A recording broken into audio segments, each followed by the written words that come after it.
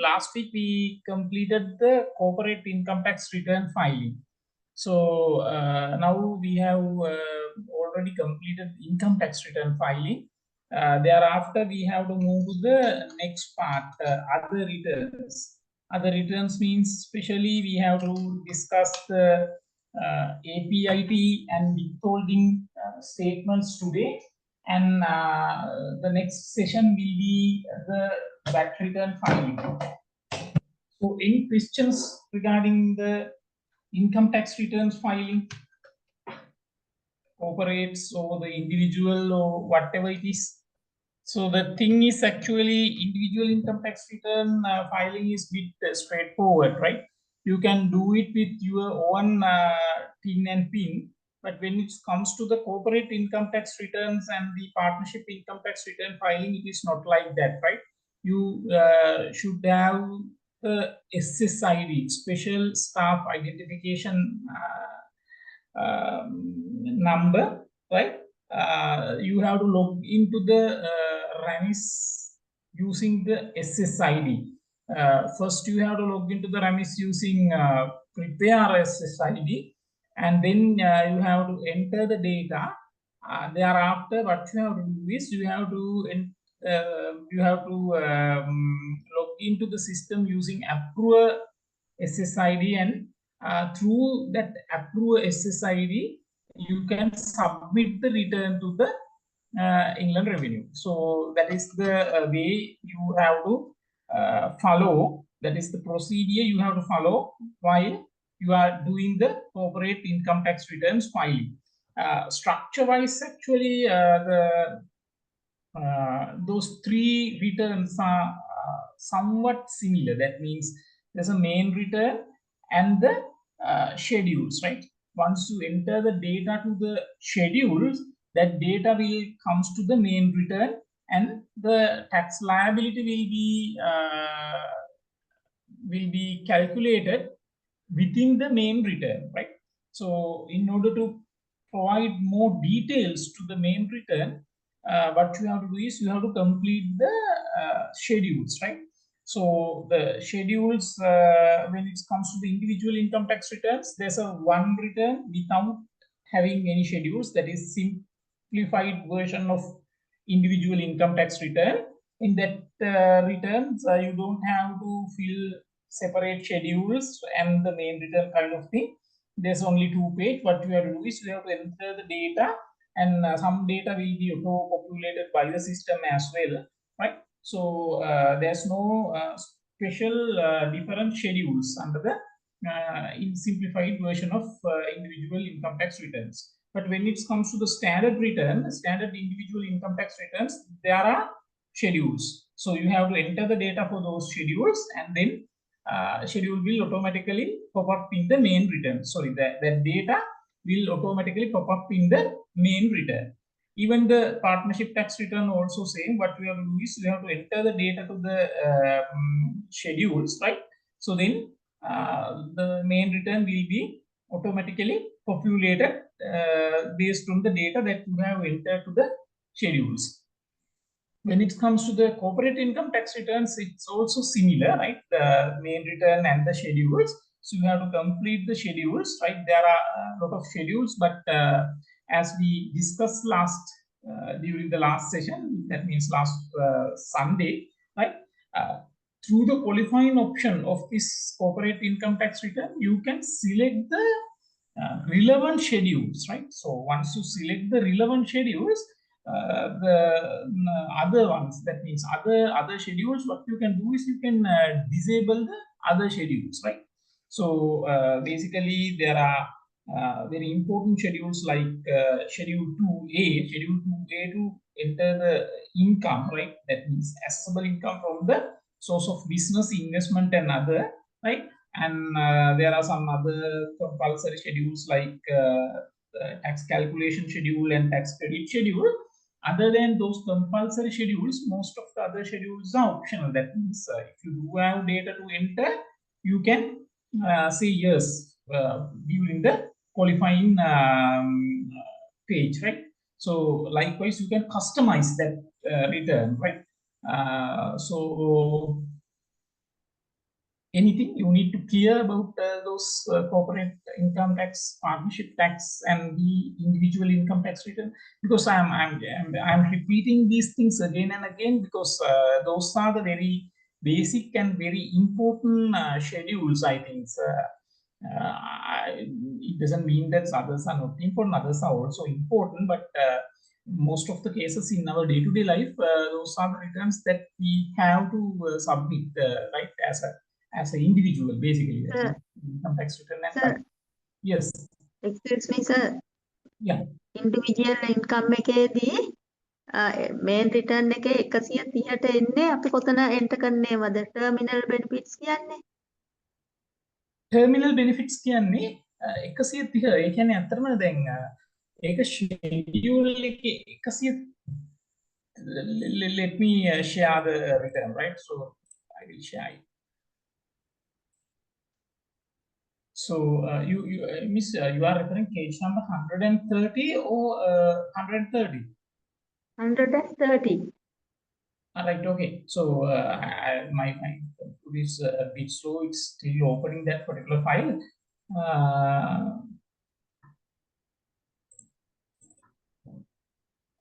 So yeah, so the terminal benefit means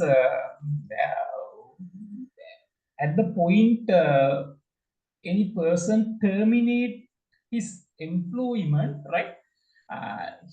That employee is entitled to terminal benefits. The Act identify some of these benefits as terminal benefits. Let me benefits, right? You have to declare the tax liability on this terminal benefits under the particular cage of the main return, and details you have to enter to the employment income schedule. That means schedule 1 table 2. Schedule 1 table 2 is the table for the terminal benefits, right? So in case you do have income from the terminal benefits, right, what you have to do is you have to enter the details to the schedule 1 of the table 2 of the schedule 1. schedule 1 එකට තමයි මේ terminal benefits වලට අදාළ details enter කරන්නේ. එතකොට terminal benefit වෙන්නේ මම මේ කියපුවා. EPF එක වෙන්න පුළුවන්, EPF එක වෙන්න පුළුවන්, නැත්නම් gratuity හම්බුන එක වෙන්න පුළුවන්, නැත්නම් මොකක් හරි හේතුවකට හම්බෙච්ච compensation එකක්. මොකක් හරි හේතුවක් කියන්නේ නැත්නම් employment එක cease කිරීම නැත්නම් terminate කිරීම නිසා හම්බුණු මේ වන්දියක්. මේවා තමයි terminal benefit යටතට වැටෙන්නේ.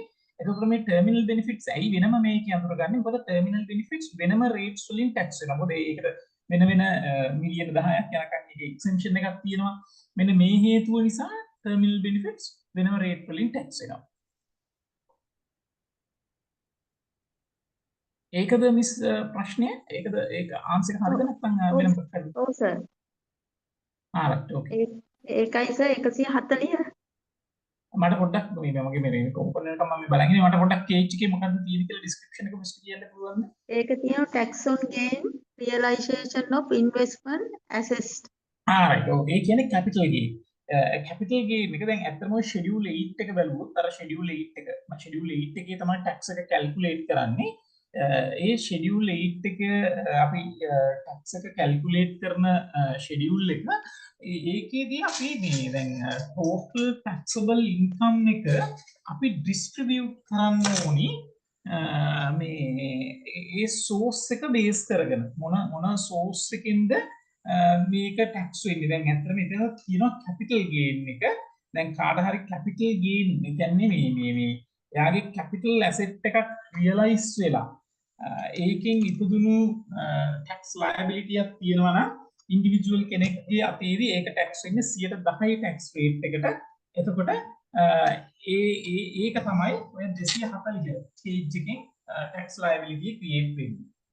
So අපි මේ දක්වා කතා කරමු මේ කොටස් ගැන මොකක් හරි ප්‍රශ්නයක් આવුත් තවදුරටත් අහන්න ඕකට කන්සල්ට් එකක් නැත්නම් අර අහමු ප්‍රශ්න නිසා මෙතන මේ realization on investment asset කියන්නේ මම අර කලින් කිව්ව capital gain එක කාට හරි තමන් සතුව තිබ්බ මේ depreciable නොවන ඒ කියන්නේ මේ investment asset එකක් right ඒක ආයතනයක් වෙන්න පුළුවන් එහෙම නැත්නම් individual කෙනෙක් වෙන්න පුළුවන් අතේ තිබ්බ මේ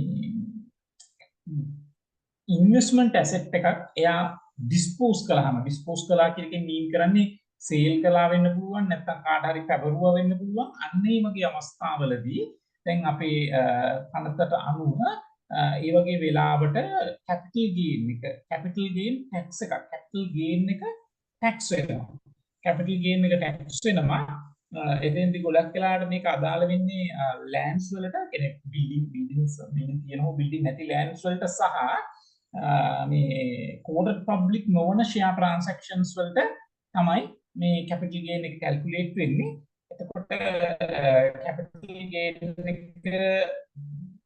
calculate කරන්නේ ඒ asset එක dispose කරලා හම්බුණු consideration එකෙන් ඒ asset එක ඒ acquisition cost එක සහ ඊට පසුව ඒක develop කරන්න දරන ලද capital nature expenses තියෙනවා නම් අන්න ඒ කොටස අඩු කළා ඒ දෙක අතර gap එකට තමයි 10%ක් tax වෙන්නේ එහෙම තමයි capital gain tax එක calculate කරන්නේ දැන් මෙතන ඔයාලට වෙනවා මේ schedule 812 යටතේ මේ boxes කීපයක්ම තියෙනවා ඒ කියන්නේ හේතුව schedule 8 යටතේ එක source based වුණු tax calculate කරනවා. කියන්නේ terminal benefit වලට එක rate එකක්. ඊළඟට capital gain වලට තව rate එකක්. ඊළඟට මේ final withholding වෙනම. ඊළඟට මේ අනිත් එක balance taxable income එක ඒක ඇතුලේ තමයි ඔය මේ 40% යන ලික rate එක තියෙනවා. මේ සර් 160 මොකක්ද sir? 160 final tax on final withholding payment කියන්නේ අර මේක ඇත්තට 160 කියන ගේජ් එක ලීසියෙන් පුරවන්න දෙන්නේ නැහැ ප්‍රායෝගිකව. ඒ වුණාට මේ ගේජ් එක මෙතන දාලා තියෙන යම් කිසි විදියකින් කෙනෙකුට එහෙම අවස්ථාවක් ඇති වුණොත් දැන් රිටර්න් එකේ ගේජ් එක තිබ්බේ නැත්නම් ටැක්ස් පේඩ් කියන්න පුළුවන් නේ මම මෙහෙම එකක් ගෙවන්න හිටියා මම මේ මෙන්න මේ විදිහේ ටැක්ස් එකක් මට ගෙවන්න තිබ්බා. හැබැයි රිටර්න් එකේ ගේජ් එකක් නැතිනම් මට ඩිස්ක්ලෝස් කරන්න තැනක් තිබ්බේ නැහැ මං ගෙව්වේ නැහැ කියලා. ඒක තමයි මේ 160 ගේජ් එක තියෙන්නේ. ඒ කියන්නේ අත්‍තරම මේක තියෙන්නේ. සර් මේ දැන් ලොතරැයියක් ඇදුණා නම් ඒක කපා ගන්න ටැක්ස් එක ඒ වගේ එකක් ඔතෙන්ට නෑ ඒ ලොතරැයියක් ඇදුනොත් ඒකෙදි කපන ටැක්ස් එක දාන්න ඕනේ ෂෙඩියුල් 6 එකට. ඒක එන්නේ නෑ මේ 160ට. මේ 160ට එන්නේ ලොතරැයියක් ඇදුනොත් ඒ මුදල ගෙවද්දි කියන්නේ ලක්ෂ 5ට වඩා වැඩියෙන් ලොතරැයියක් ඇදලා ඒ මුදල ගෙවද්දි ලොතරැයි මණ්ඩලය ෆයිනල් විත්හෝල්ඩින් ටැක්ස් ඩිඩක්ට් කරගෙන නැත්තම් ඉතින් එහෙම අවස්ථාවක් නෑ ලොතරැයි මණ්ඩලය ඔක ඩිඩක්ට් කරගෙන තමයි දෙන්නේ. ලොතරැයි මණ්ඩලය බැරි වෙලාවත් ෆයිනල් විත්හෝල්ඩින් ටැක්ස් ඩිඩක්ට් නොකර ඔය ලොතරැයි තියාගේ මුදල ගෙවුවනම් අන්න එහෙම හම්බුණු එක දාලා ටැක්ස් කරන්න තමයි ඔය 160 තියෙන්නේ. ඒ වගේම උතන ඉතින් එතන අනිත් පැත්තේ තියෙනවා දැන් ඩිවිඩන්ඩ් ෆයිනල්ලි ඩිවිඩන්ඩ් හම්බෙනකොට මේ ඩිවිඩන්ඩ් ගෙවන කෙනා නැත්නම් ඩිවිඩන්ඩ් ගෙවන කම්පැනිය ෆයිනල් විත්හෝල්ඩින් ටැක්ස් ඩිඩක්ට් කරගෙන මේ නැතුව හිටියොත් ඒ කියන්නේ ටෝටල් ඩිවිඩන්ඩ් එකම ගෙවලා තියෙනවා නම් right අන්න මේ වගේ වෙලාවට ඩිස්ක්ලෝස් කරලා ඩිවිඩන්ඩ් ටැක්ස් එක නැත්නම් මේ ෆයිනල් විත්හෝල්ඩින් ටැක්ස් එක ගෙවන්න තමයි 160 පොපුව කියන්නේ. හැබැයි ඕක ප්‍රායෝගිකව ඉතින් හරිම අඩු අවස්ථාවක් තියෙනවා. ඕක විශේෂයෙන් මේ වෙලාවේ දාන්න හේතුව මොකද මේ 2020 කලින් මම කිව්වා ඉන්ට්‍රස්ට් එක ෆයිනල් වෙලා තිබ්බා 2020 ජනවාරි පළවෙනිදට කලින් ඉන්ට්‍රස්ට් එක ෆයිනල් වෙලා තිබ්බා. ඒකෝ ඉන්ට්‍රස්ට් එක ෆයිනල් වුණ වෙලාවේ ඔතන ඔය දැන්නේ මේ දැන් කවුරු හරි ඔය මේ පොලියට මුදල් දෙන කෙනෙක් අන්න ඒ වගේ කෙනෙක්ගේ රිටර්න් එක ගැන හිතලා මොකද එයාට හම්බෙන ඉන්ට්‍රස්ට් එක ෆයිනල් හැබැයි අර දෙන කෙනා මේ හෝල්ඩින් කපන නෙමෙයිනේ දෙන්නේ. අන්න ඒ වෙලාවට තමයි ගොඩක් වෙලාවට ඔය 160 ඕන වෙයි කියලා ඉතල දැන්නේ. දැන් හැබැයි දැන් මේ තත්ත්වය ලොකුවට නැහැ. හැබැයි යම් කිසි හේකින් මේ තත්ත්වය ඇති වුණොත් ඩේටා එන්ටර් කරලා තමයි 160 කේජ් එක තියෙන්නේ. ඒක අර මම හැමතිස්සම කියන කතාවත් එක්ක සම්බන්ධ වෙලා යන එකක්. මොකද අපේ බදු නීතිය සංකීර්ණ වෙන්න මේ බදු වාර්තා නැත්නම් මේ බදු සම්බන්ධයෙන් තියෙන ඇඩ්මිනිස්ට්‍රේෂන් මේ කොම්ප්ලෙක්ස් වෙනවා සිම්පල් වෙන්නේ අතර බදු නීතිය සිම්පල් ඩා මේවා සිම්පල් කරන්න පුළුවන් අතරම මේ මම හැමතිස්සම අයියාගේ පැත්තෙන් බලලා කියන්නේ මේ මමත් පිළිගන්නවා උ මේ වාර්තා හරින කොම්ප්ලෙක්ස් මේවා ගොඩක් දේවල් අහනවා ගොඩක් වේරියේෂන් තියෙනවා දැන් 160 කේජ් එක නැතු වුණත් මේ වාර්තාව හදන්න පුළුවන් හැබැයි ඒ වුණාට ප්‍රශ්නේ තියෙන්නේ ලක්ෂ 10ක් ටැක්ස් පේයර්ස්ලා ඉඳලා සමහර විට මේ 160 කේජ් එක යූස් කරන ටැක්ස් පේයර්ස්ලා දෙන්නෙක් ඉන්න පුළුවන් ලංකාවේ. ඉතින් ඒ වුණාට ඒගොල්ලන්ට කීට කරන්න වෙනවා මේ return එක develop කරන්නේ. ඒක තමයි ඔය එක issue එක. දැන් ඔයගලන් ගිහින් බලුවොත් මේ individual income tax return එකේ schedule 5 වල table එකක් තියෙනවා. මේ අර film industry එකේ invest කරන අයට මේ එතන දෙනවා මේ qualifying payment එකක් film industry එකේ invest කරනවා. මිලියන 5ක් ඉන්වෙස්ට් කරනවා නම් මෙච්චරයි, මිලියන 10ක් ඉන්වෙස්ට් කරනවා නම් මෙච්චරයි, මිලියන 15ක් ඉන්වෙස්ට් කරනවා නම් මෙච්චරයි කියලා එතන දෙනවා ක්වොලිෆයින් පේමන්ට් එකක්. හැබැයි ඔයගොල්ලන් දන්නවද? ඔයගොල්ලන් දන්න මේ ලංකාවේ අවුරුද්දකට ෆිල්ම්ස් කීයක් හදනවා? එතකොට ලංකාවේ ෆිල්ම් ප්‍රොඩියුසර්ස්ලා කී දෙනෙක් ඉන්නේ? සමහර වෙලට ෆිල්ම් 10ක් හදනවා නම් ෆිල්ම් ප්‍රොඩියුසර්ස්ලා ලංකාවේ 10 දෙනෙක් ඉන්නවා. ඉතින් මේ ෆිල්ම් ප්‍රොඩියුසර්ස්ලා 10 දෙනා වෙනුවෙන් මේ ඉන්කම් ටැක්ස් රිටර්න් එක ඇතුලේ ෂෙඩියුල් 5 වල සම්පූර්ණ කොටසක්ම තියෙනවා. ටේබල් එකක්ම තියෙනවා. ඉතින් ඕක යූස් කරන 1 මිලියන් වලින් අපි හිතමු දැන් 300,000ක් රිටර්න් සබ්මිට් කරනවා කියන්නේ ඒ 300,000 දෙනෙකුටම මේ පාර්ට් එක වැඩක් නැහැ. ඉතින් ඒ වුණාට ඒක මේ රිටර්න් එක ඇතුලේ තියෙනවා. සෝ එහෙම තමයි මේ හෙජ් එක 160 ගත්තා. thank you ඒ ප්‍රශ්න බේස් කළා. ඕකේ. මම එදා සර්ගෙන් අහුව ප්‍රශ්නයක් මේ taxable income එක මට පෙන්නන ගානට අදාළව නෙමෙයි ගෙවන්න තියෙන tax එක මගේ පෙන්නන්න කියලා. එතකොට සර් මට කිව්වා 809 එකේ එන්ටර් කරන්න කියලා taxable income එක. එතකොට මම ඒක එන්ටර් කරා සර්. හොඳයි. ඊට පස්සේ 809 3ට එනවා ගෙවන්න ඕන tax එක. ඒකත් ආවා. ඒ වුණාට සර් මේන් රිටර්න් එකට ආවේ නෑ මගේ ඒ ගාන මේන් රිටර්න් එකට ආවේ නෑ 170ට. පස්සේ සර් මම ආපහු ඒක ඩිලීට් කර ඒවා මේවා කර මේ වුණාට පස්සේ මෙන්න එකපාරටම 810 කියන එකට ආපහු අර දාපු ගෙවන්න තියෙන ටැක්ස් එක ආවා.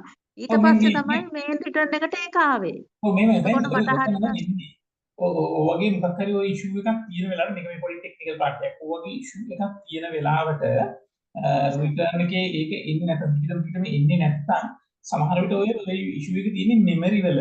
ඒ වගේ වෙලාවට පුළුවන් නම් Google මේ ඒ වෙලාවට ඔතනින් ලොග් අවුට් වෙලා ගිහිල්ලා Google මේ අර history එකට යන්න දන්නවා. Google history එකට ගිහිල්ලා Google history සාමාන්‍යයෙන් පැය 24කට හරි ඒ වගේ කාලයකට delete කරලා ඉන්න. ඒකට ගොඩක් වෙලාවට ඔය වගේ issues හරියනවා. ඒක තමයි සර් මට ඒක හරි ප්‍රශ්නයක් වුණා අයියේ මම උනේ කියලා. එහෙම නැත්නම් ඒ වගේ වෙලාවට පොඩ්ඩක් මේ schedule එක ඇතුලේ මේ කීප් කරන්ද ඒ කියන්නේ එතන මේ ටික ටික වෙන්න. ඒ කියන්නේ අර ගාන දැන් 809 A1 වලට දාපු amount එක අයින් කරලා delete කරලා ඒකට සාමාන්‍ය නිකන් කීයක් හරි ගානක් දාලා ඒක අනිත් පැත්තට pop up වෙනවද කියලා බලලා ඊට පස්සේ ආපහු හරි ගාන දාන්න මේ වගේ දෙයක් කරනකොට ඕ වගේ issues සාමාන්‍යයෙන් ඇත්තටම ඔක පාවිච්චි කරද්දී ඇවිල්ලා තියෙනවා. ඒවා තියෙන්නේ ඇත්තටම මේ Google memory issues වෙන්න පුළුවන්. නැත්නම් ඔය ඒ වෙලාවේ තිබි ඉන්ටර්නෙට් කනෙක්ෂන් එකේ මොකක් හරි තිබ්බ මේ ලැග් එකක් ඉඳ වෙන තත්ත්වයක් වෙන්න පුළුවන්. අර විදිහට ඒවා පොඩ්ඩක් sort out කරගන්න පුළුවන්. ඕකේ. අපි යමු මේ APIT නැත්නම් අපි මේක හැමෝම දන්නේ pay return එක, right? So we'll move to the pay return. So what do you think? Who has to submit this pay return? Who has to submit? Individual? Do they liable to submit the pay return? Partnerships? Do they liable to submit the pay return? Corporates? Do they liable to submit the pay return? What do you think?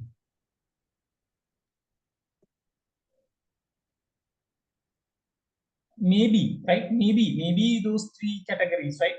If you do have the private proprietorship business, which is in very considerable scale, right? That means large scale.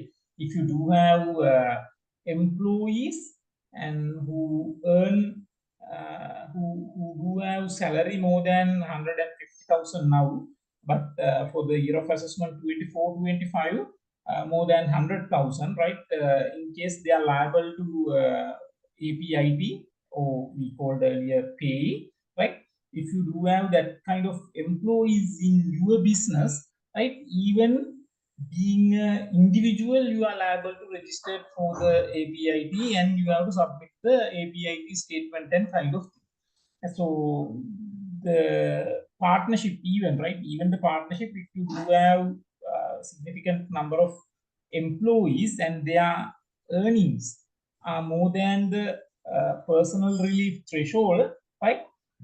In that case as well, you have to submit the APIT, otherwise we called advanced personal income tax statement and the relevant schedules, right?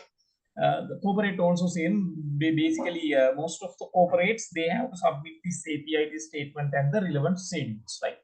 So the submission process, right? So it's like partnership and the corporate. That means you cannot just log into the system and open the return, right?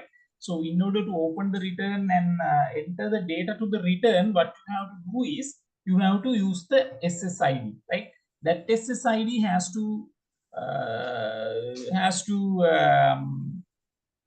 especially for the APIT tax type, right? So if you do, once you receive the SSID from the IRD, right, as you know, right, we can allocate that particular SSID for the particular tax type and the particular function, right? So I think we just discussed this during the last week as well, right? So one SSID can be allocated as a corporate income tax preparer. The same SSID can be allocated as a APIT preparer as well, right? So then by logging using that particular SSID, you can fill or you can prepare the corporate income tax return as well as you can prepare the advanced personal income tax return, right? So let me show you first this APIT SSID registration, right?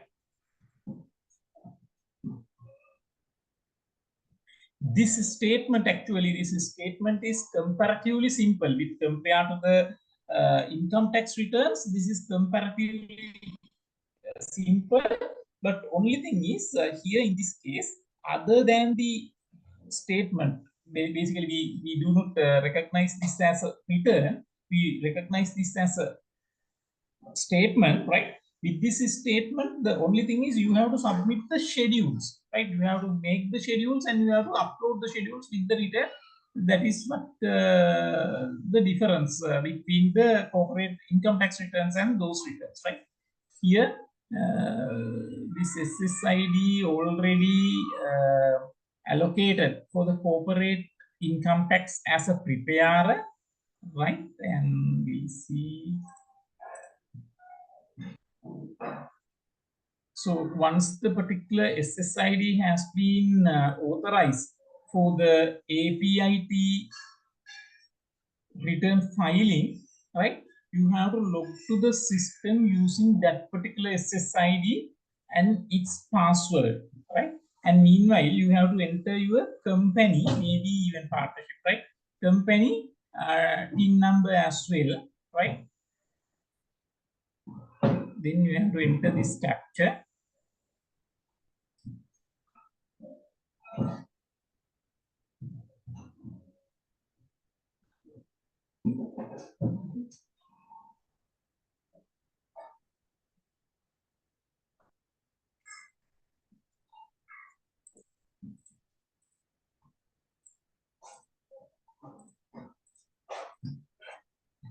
So now you have already logged to the system, right? Now you have already logged to the system using the payee or APIT preparer SSID, right? Here, as far as this company, that means your employer is registered for the both corporate income tax and APIT. Once you move the cursor onto this return and schedule management hyperlink, right? So you can see this kind of drop down. In this drop down, you can see it it shows two tax types. One is corporate income tax, CIT, because this particular company is registered for the corporate income tax. And other thing is this company is registered for the advanced personal income tax. That means APIT as well, right? So this particular SSID now it has been authorized as a advanced personal income tax returns preparer. So we'll see what he can do, right? So he can move to the summary of advanced personal income tax returns filing using this particular option. That means first he has to select the return schedule management. Then from the drop down, he have to select the APIT, right? So let me show you. මෙන්න මේ විදිහට APIT වලට ගිහිල්ලා එතන annual statement of employer නැත්නම් PE APIT summary එට යන්න පුළුවන්, right? එතකොට දැන් මෙතන ඇත්තටම මේ වෙලාවේදී මෙතන පින්නන්නේ නැහැ. මේ වගේ අවස්ථාවක් ඔයාලට රිටර්න් ෆයිල් කරද්දී තියෙන්න පුළුවන්. සමරි එකට යනවා. සමරි එකට ගිහින් බැලුවාම මේ ඇත්තටම මේ කිසිම රිටර්න් එකක් පෙන්වන්නේ නැහැ. සමරි එකට ගිහින් බැලුවාම කිසිම රිටර්න් එකක් දැන් tax type එකකට registered. We have seen that particular company is registered for the corporate income tax, advanced personal income tax type. But once we log into the summary page, there's no any return, right? Maybe that person, maybe even entity or the individual, right? That person registered for that particular tax type after the return bulk issuance date, right? So the returns generally දවසක් තියෙනවා issue කරන්න. දැන් කවුරු හරි උදාහරණයකට ගත්තොත් දැන් corporate individual income tax return එක system එකට මේ bulk run එක කරලා issue කරලා තියෙන්නේ.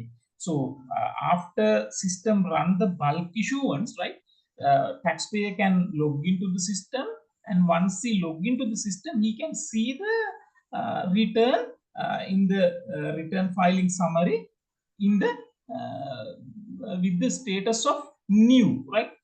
With the status of new, right? But in case taxpayer registered for that particular tax type after the bulk issuance date, right?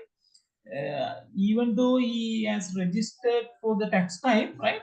And he do have a PIN and everything, right? Once he move to the return filing summary page, he cannot see the return because return has been issued before he registered for that particular tax type.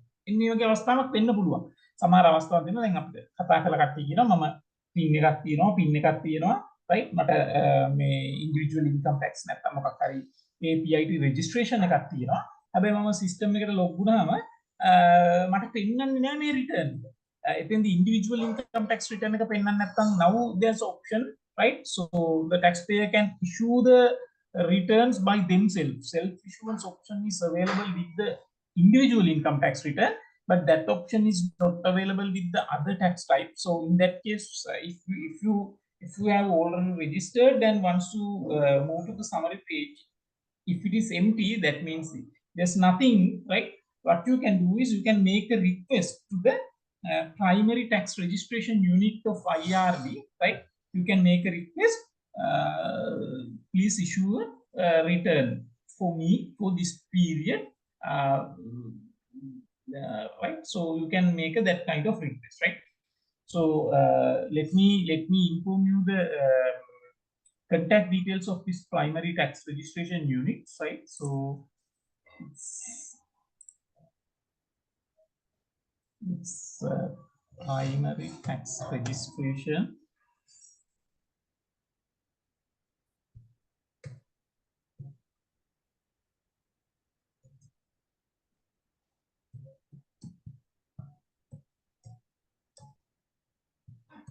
So you can email to this particular mail address, and you can ask to issue the return for the relevant period, right? So that is one thing.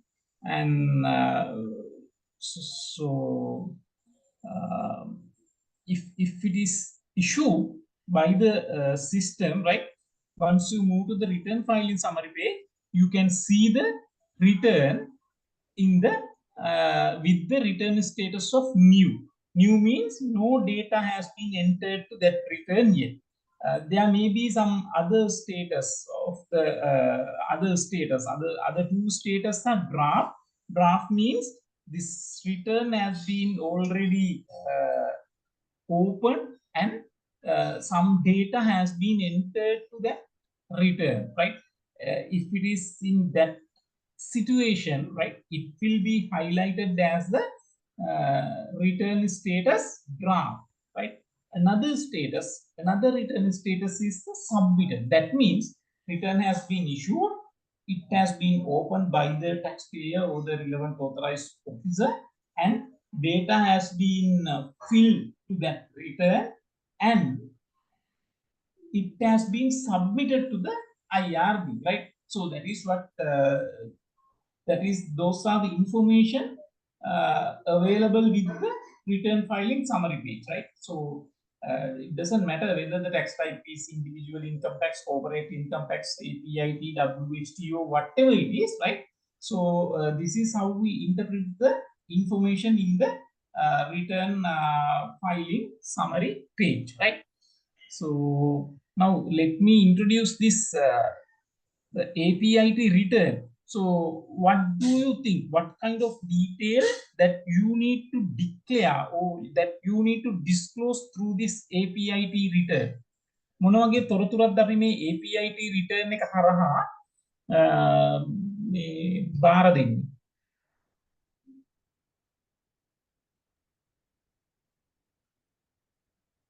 මොන වගේ තොරතුරක්ද අපි මේ APIT return එක හරහා බාර දෙන්නේ? ඊළඟට මේක filing frequency එක. Now we know that individual income tax returns, corporate income tax return, and even the partnership income tax return, filing frequency, it's if you talk about the filing frequency, those are annual returns, right? You have to submit annually, right? So when will be the due date for the corporate income tax return? So generally, not generally, it should be filed on or before 8-month period from the last date of that year of assessment. Year of assessment එක අවසාන දවස් ඉඳලා මාස 8ක් ඉක්මවා යාමට පෙර ආතුව මේක සබ්මිට් කරන්න ඕනේ. ඒක තමයි නොවැම්බර් 30 කින දිනේ හැදිලා තියෙන්නේ. මොකද year of assessment එක ඉවර වෙන්නේ හැමතිස්සෙම මාර්තු 31 වෙනිදා. එතකොට මාර්තු 31 ඉඳලා මාස 8ක් නොවැම්බර් 30 දක්වා කාලය තියෙනවා මේ corporate නැත්නම් income tax return file කරන්න. So can someone say what is the filing frequency of this APIT statement and the return due date?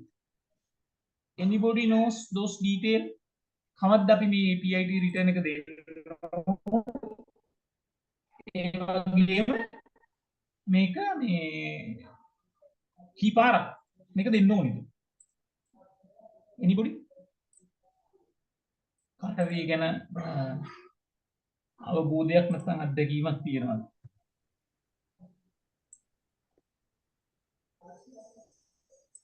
We'll see. Before April 30th? Sorry? Before April 30th?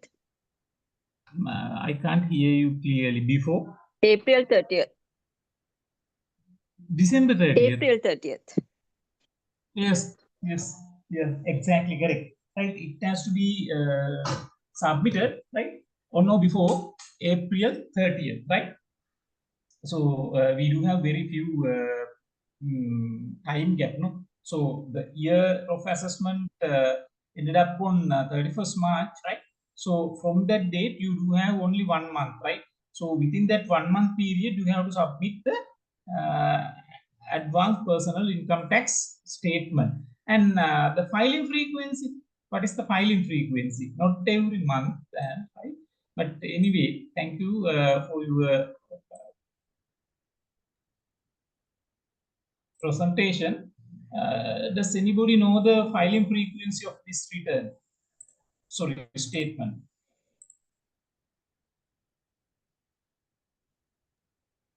A payment should be made every 15th of the following month, and before April 30th, then once a month, once a year, we have to submit all the returns, whatever Yes, the remunerations statement is be. the annual one, right? Statement Yeah. you have to submit annually, right? So Yes. it's an annual statement. You have to submit this annual statement or no before 30th April. Okay.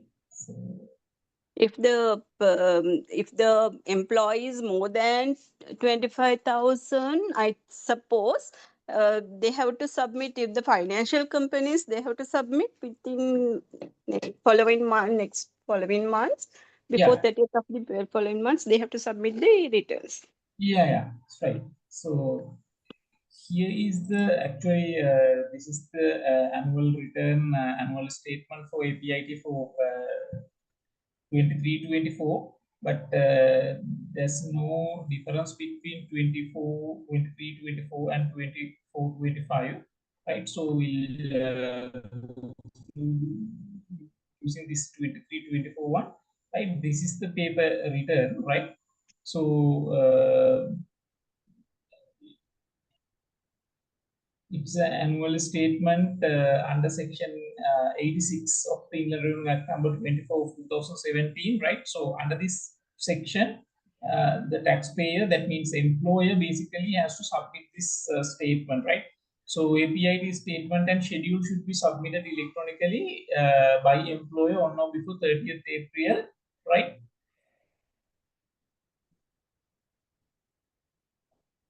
And this is the structure. This is what you have to disclose with this statement, right?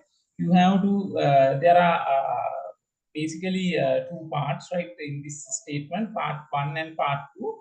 Like part 1, you have to say the number of employees under each of this category and the remuneration for remuneration for that number of employees, right? So first, the category of employees who do not have the remuneration, right, more than the personal relief threshold. That means the employees who receive the annual gross remuneration something less than 1.2 million for the year of assessment 24-25 and 25-26. Now from this year onward, now this the employees tax not deducted, right? So gross remuneration something less than 1.8 million employees who comes under this particular category, right? So you have to say the number of employees under this category, and then you have to say the amount that you paid, amount that you given to them as a gross remuneration. Thereafter, this is the category between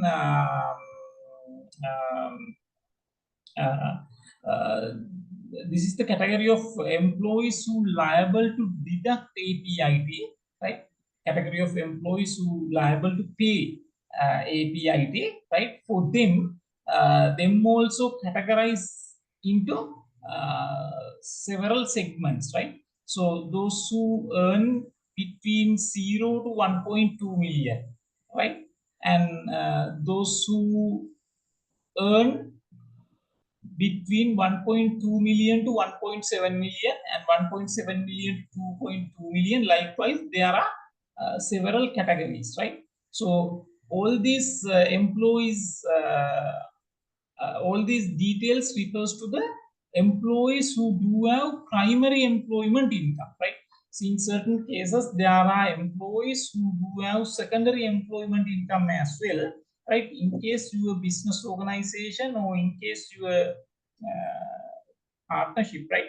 If you do have any employees who's working for their secondary employment, right? Their detail has to be disclosed under this particular cage, right? And then the part, the next one, the cage number E, to disclose the payment of once and for all payment. That means the terminal benefit, right? Maybe compensation, maybe EPF, maybe EPF, or maybe gratuity payment and kind of thing, right? So those details you have to enter here. And part 2, under part 2, you have to say the remuneration month-wise and the amount of tax deducted monthly basis, right? So, and then the declaration, that's it. But that's it. Statement is simple, but with the statement you have to provide the schedules as well, right? So that is what is a bit complex, right? There are 3 schedules under the APIT scheme, right? The first one is the first one is for the remuneration other than once and for all receipt, right? That means remuneration other than the terminal benefit, right? So those who are liable to pay APIT and those who are liable to pay APIT, their details has to be disclosed under the schedule 1, right? So when preparing the schedule 1, right, you have to enter those details. I mean the serial number of the employee based on the pay sheet, right? And the name of the employee with the initial, right? The employee's designation in your organization, right? So employment date, employment from date to date. That means from when to when this person is served for your organization. If we work for the whole 12-month period, this period may be 1st of April to 31st March next year, right? Then the cash payment, right? So maybe salary, wages, bonus, right? Any allowance, any kind of thing, cash payment. And then the non-cash payment, right? If it is applicable, you have to enter the value of non-cash benefits to that particular employee as well, and then the total remuneration, then the exempted income, right? So then the income tax deducted, that means APIT deducted under the primary employment income, right? So in case this person do have secondary employment as well, so we have to disclose the amount of tax deducted from his secondary employment income, right? So under this column K, then total tax deduction or the total APIT deduction, and then the identity card number of the employee, right? Employee's identity card number. This is very important, right? So this schedule is used to allow the credit for the employees in their individual income tax files, right? Employment income tax credit, that means APIT credit, will be allowed based on the information in this particular schedule. Therefore, it is very much important to enter the employee's employer's NIC very correctly here, right? If the employee is not the Sri Lankan citizen, right? Then in that case, you have to enter the employee's passport, and if available, you have to enter the employee's TIN as well, right? So this is the structure of schedule 1 of the APIT. So we'll show you how to enter the data, right? And then we'll show you schedule 2. Schedule 2 to enter the terminal benefit related details, right? In case organization has paid any terminal benefit to your employee, that detail has to be entered here. Here means under schedule 2 of this APIT return, right? So in this case, you have to enter the serial number of the pay sheet, name of the employee, employee's NIC, employee's passport number, employment from date to date, once and for all cash payment, once and for all non-cash benefit, total one and for all payment, total retain, then the direction serial number, date of direction, tax deducted, and date of payment, right? So those details you have to enter under the schedule 2 and the schedule 3 here. So this is for the list of employees who APIT have not been deducted due to being less than the threshold, right? So monthly gross salary less than 100,000 for year of assessment 23, 24, and 24, 25. Now this amount should be 150,000, right? So in that case, there's no tax deduction, right? But other than the tax deduction, the things are available with the APIT Schedule 1 already available here. That means serial number, name with initial designation, employment from to, right? That detail, cash payment, non-cash benefit, total remuneration, exempted or excluded income, right? So you have to say whether this is primary or secondary, and the employee address and employee NIC number, passport number, and PIN number. Those are the details that we have to enter here.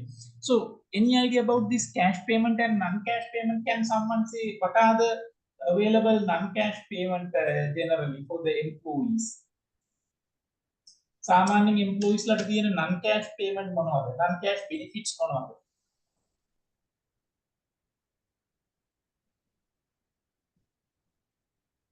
අදහසක් තියෙනවද මොනවද non-cash benefits employment income එකට අදාළව තියෙන්නේ කියලා?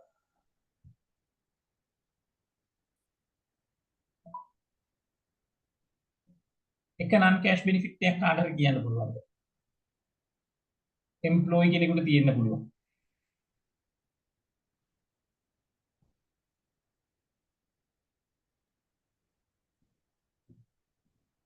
No idea.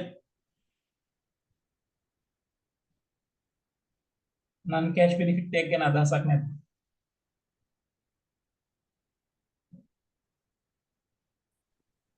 vehicles එකක් දීලා තිබ්බොත් එහෙම Sorry?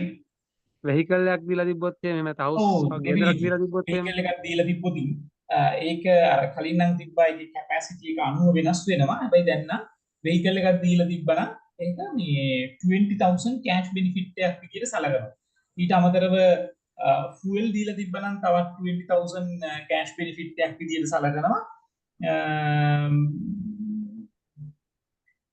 ඊටත් අමතරව driver කෙනෙක් දීලා තිබ්බනම් ඒක 10,000 cash benefit එකක් විදිහට සලකනවා.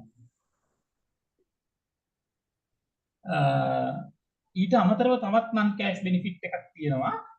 සමහර වෙලාවට employer ගයක් දෙනවා. employer ගයක් දීලා තියෙනවා නම් ඒක ඒකේ benefit එක tax කරන්නේ කොහොමද කියන එකට අදාළව gazette notification එකක් තියෙනවා. ඒක මෑතම කාලෙකින් gazette salary එකෙන් 12.5ක් මම මතක විදියට okay unrated area එකට වෙනවා. හැබැයි දැන් තියෙන්නේ මම මතක විදියට salary එකෙන් 12.5ක් වගේ තමයි non cash benefit එක. right? ඒ වගේම අර මේ market rate එකට වඩා අඩු rate එකකට loan එකක් දීලා තිබ්බොත් market rate එකට වඩා අඩු interest rate එකකට employee ට loan එකක් employer දීලා තිබ්බොත් එතනින් හරිම පොඩි ප්‍රමාණයක් එකතු වෙන්නේ. එතන ලොකු ප්‍රමාණයක් එකතු වෙන්නේ නැහැ. එතනින් ප්‍රමාණයක් එකතු වෙනවා. ඒ විදිහට තමයි තියෙන්නේ. එතකොට basically you have to know that with the APIT statement, right? You have to submit this schedule 1, schedule 2 if it is applicable. That means in case any once and for all payment has been paid during that year of assessment, in that case they need to submit the schedule 2 as well. And most probably most of the cases the organizations has to submit this schedule 3. That means the employees who earns less than the personal relief threshold during that year of assessment, right? So now let's move to the e-filing. How to do the e-filing, right?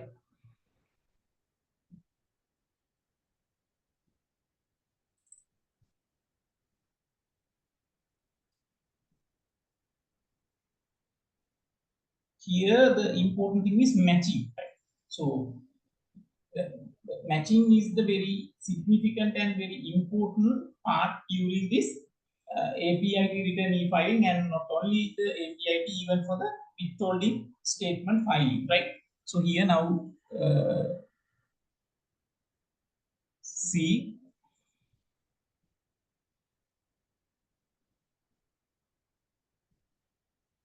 the return or the statement in the status new, that means no data has been entered here, right? The person who have the SSID as the APIT preparer log into the system, right? The preparer තමයි log වෙලා ඉන්නේ, right? So then එයා open කරගත්තා මේ APIT statement එක. මේක මේ option එක තියෙනවා. අනවශ්‍ය කෑලි අපිට මේ විදිහට අයින් කරන්න පුළුවන්. ඒකත් එක්තරා විදිහක qualifying condition එකක් තමයි. So we have to say the number of employees who earn less than the personal tax relief, right? So there are a lot of information, say 25, right? And then we can enter the gross remuneration paid to them, right? And then we have to say the number of employees for this category. That means those who earn in between 0 to 1.2 million, and then those who earn in between 1.2 million to 1.7 million. So likewise, based on the amount of remuneration given to your employees within that 12-month period, right?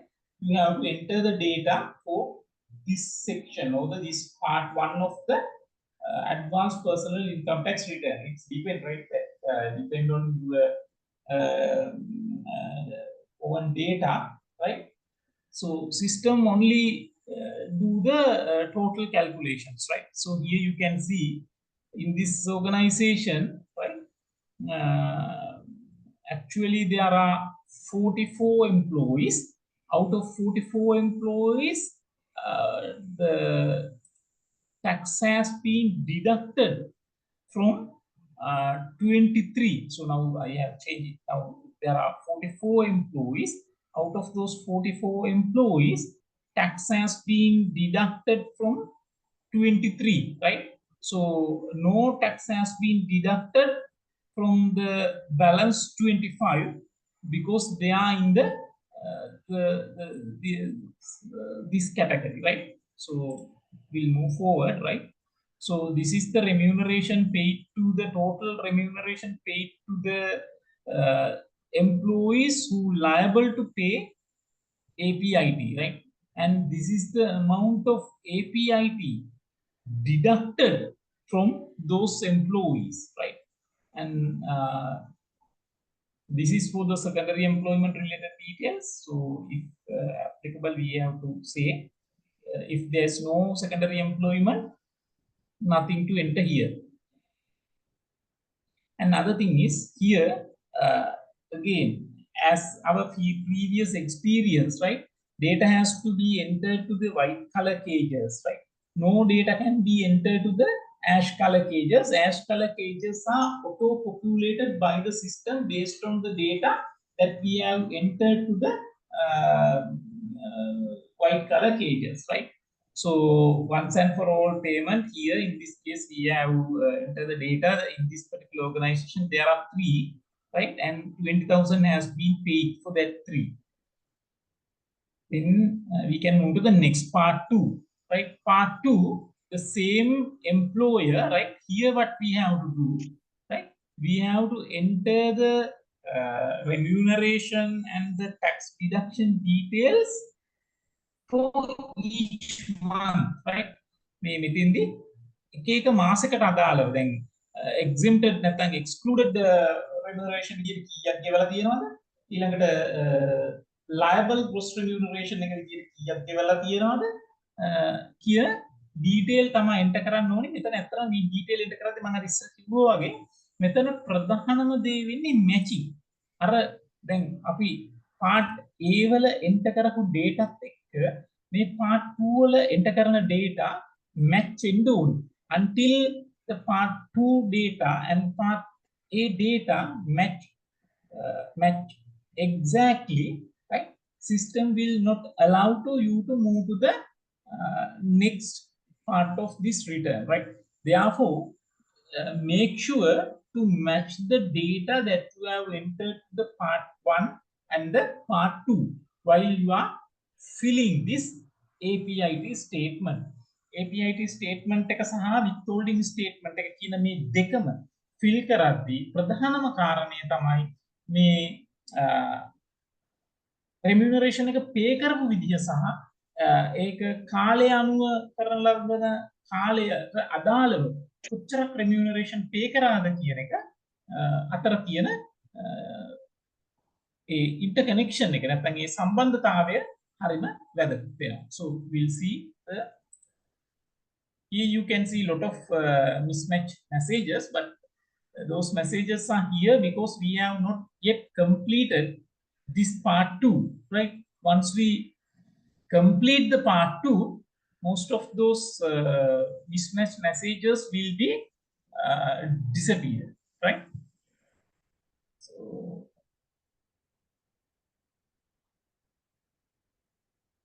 generally salary may be something like this, no?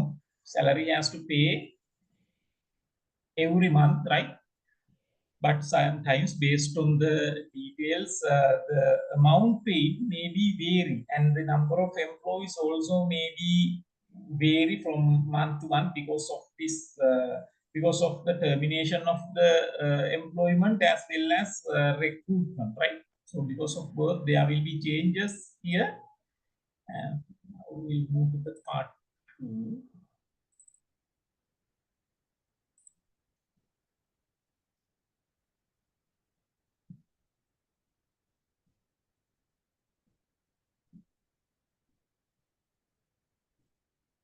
No.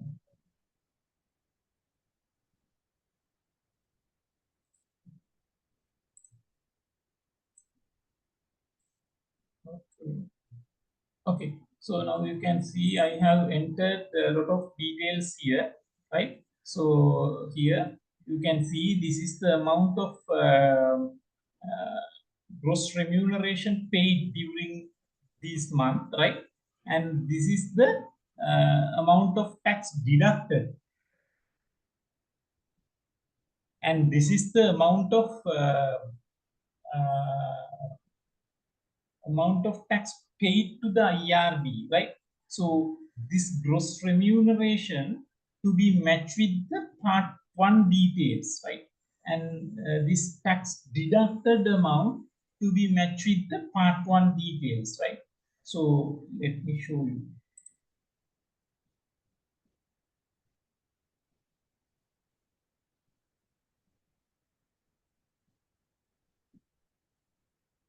Right? So I just make a change here, right? So because of this change, the system recognize total of column F, right? That means this particular column, right? Total of column F in part 2 should be matched with the column E, tax deduction in part 1, right? So the total deduction now something different, right, from the part 1 data.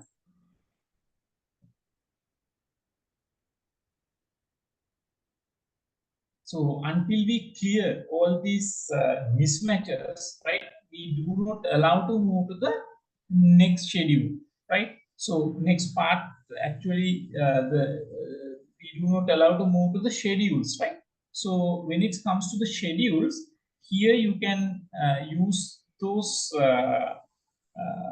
inbuilt schedule template as well, right?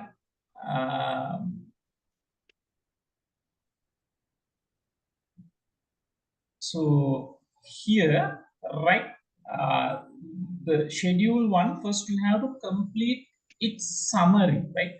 this summary also to be matched with the main return part 1 details, right? So here the schedule of APIT schedule 1 summary, what you have to enter, the cross remuneration and tax deduction under primary and secondary employment income, cash payment, right, non-cash benefit, total, right, exempted income, so tax deducted under primary employment and tax deducted under secondary employment and the total, right? So we'll see.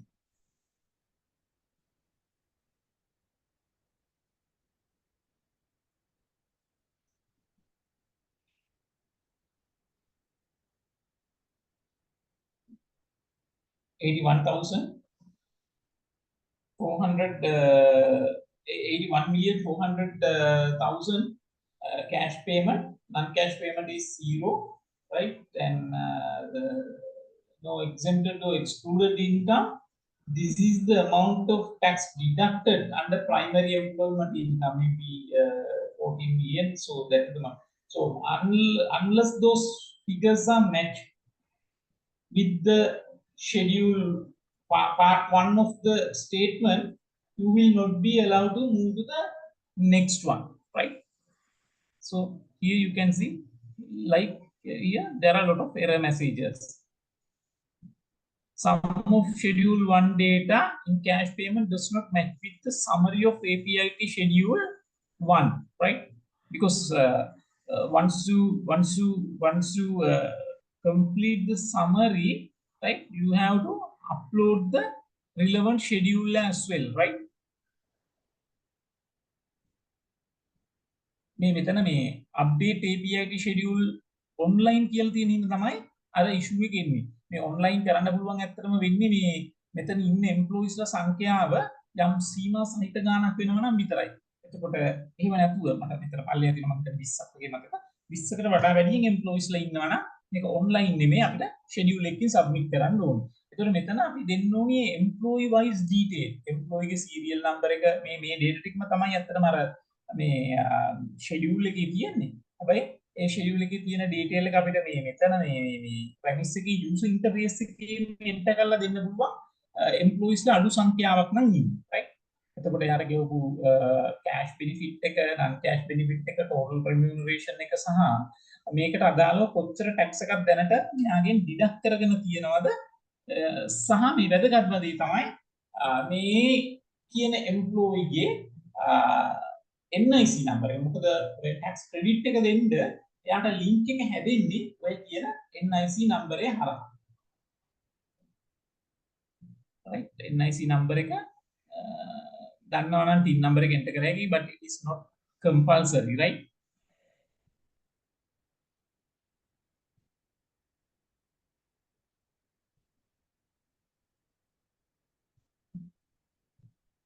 TIN number එක, if you know the TIN number you can enter here, but it is not mandatory. The mandatory one is the employee NIC number, right?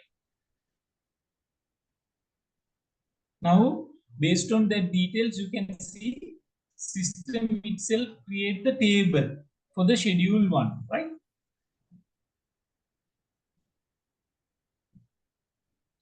That is the second option, right? Rather updating the schedule data through this online platform, what you can do is you can upload the APIT schedule 1, right? Rather updating data in this particular UI, what you can do is you can upload the APIT schedule 1, right? So we'll show you how to develop this APIT schedule 1. You cannot just attach any of the schedule, right? There's a specific template. You have to use this template. You have to enter the data to that particular template, and then you have to name this template according to some specified manner, and then you have to verify that schedule through the tool, right? Then only you can upload it, right? It's a little bit complex process, right? But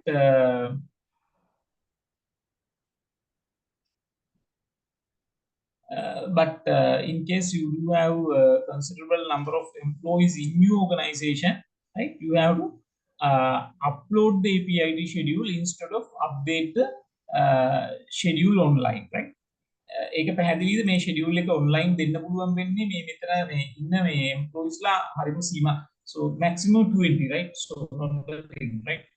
So if you do have more than 20 employees, right, you cannot do this online update, right? If you do have more than 20 employees, you have to prepare the schedule 1, APID schedule 1 using the specified template, and you have to verify it, and then you have to upload it, right? then option එක පාවිච්චි කරන්න පුළුවන් මේ upload කියන option එක. upload option එක පාවිච්චි කළොත් මෙන්න මෙතනින් මේ මම වැරදි එකක් දාන්න හදන්නේ, පොඩ්ඩක් බලන්න වැරදි එක දාන්න දෙන්නේ නැහැ. වැරදි එක දැම්මම කියනවා මේකේ format එක වැරදි කියලා. next කළාම කියනවා format එක වැරදි කියලා. Here the file name is wrong format, right? ඒ වගේ advanced features මේකට add කරලා තියෙනවා. right? මම මේ වැරදි මම නිකන් දැම්මා මේ විදිහට දාන්න බෑ. ඒ tool එකෙන් verify කරලා නියමාකාරයෙන් නම් කරපු schedule එක තමයි අපිට මෙතනට දාන්න පුළුවන්. එහෙම නැතුව අපි කියලා මේ වැරදි schedule එකක් දැම්මොත් මෙතන next button එකෙන් ඊළඟ schedule එකට අපිට යන්න දෙන්නේ නැහැ.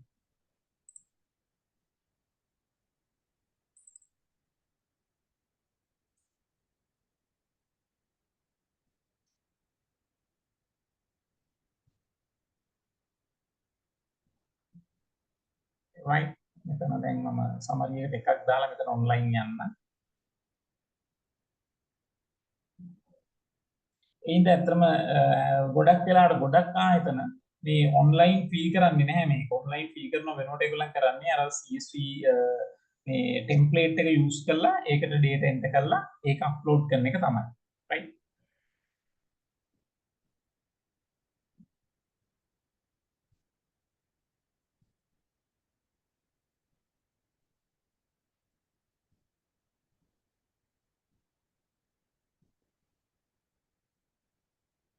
The other thing is this summary part is compulsory, right? So if there's no any data to enter to this summary section, at least you have to enter the 0, right?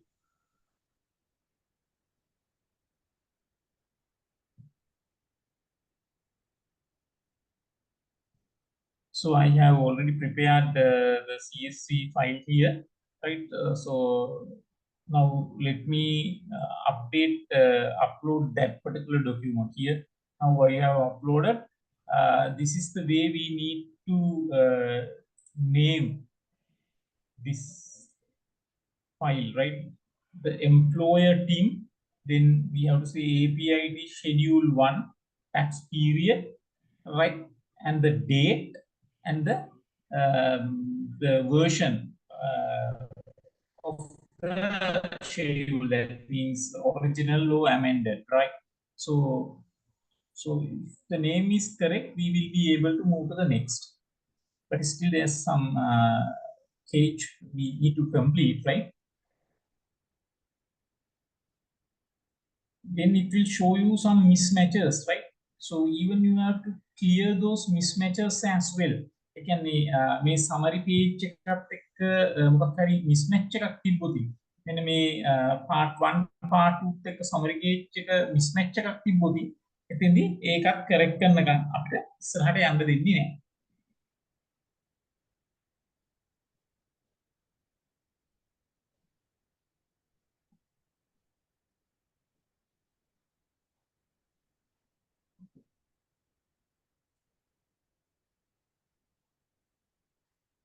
මේක මම ඇත්තටම මම මේ ඊට පස්සේ මම අයින් කළේ මේක සිම්පල් කරන්න එච්චර data ගොඩක් දාගත්තාම මේක මේ කරන්න බැරි නේද? හැබැයි උනට actual දැන් ඉඳ actual figures දාන්න ඕනි.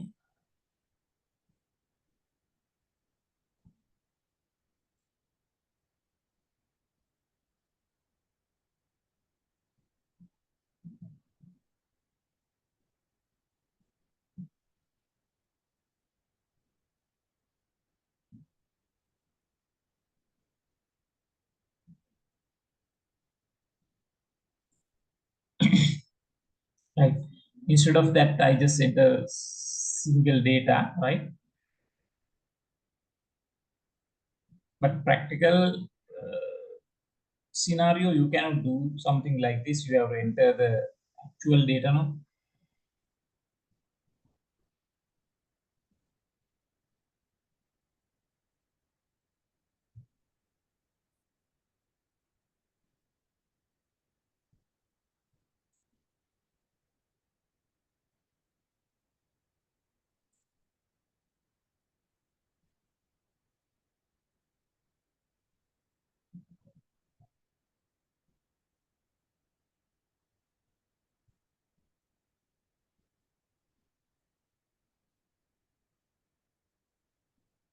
Right. Total 9 million වලට වෙන විදිහට මම හදුවා.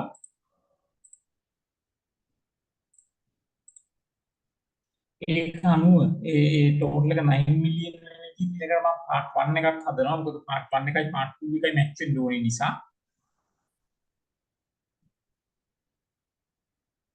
part 1 එකයි part 2 එකයි mismatch තියෙනවා නම් ඒත් උතන ඉස්සරහට යන්න දෙන්නේ නැහැ.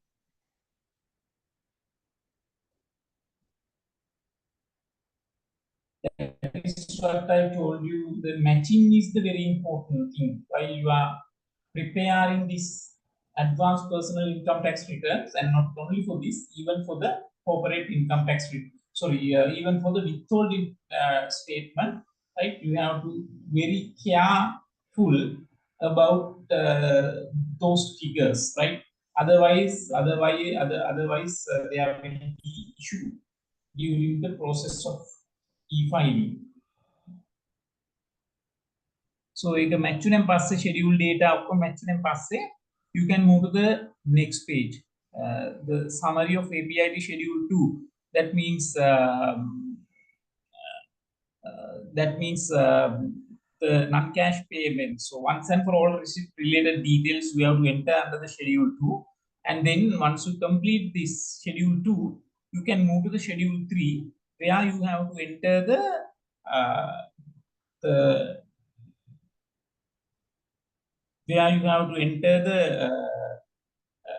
employees detail who are not liable to pay APIT due to their annual remuneration is less than the personal relief amount, right? So that detail has to be disclosed under schedule 3.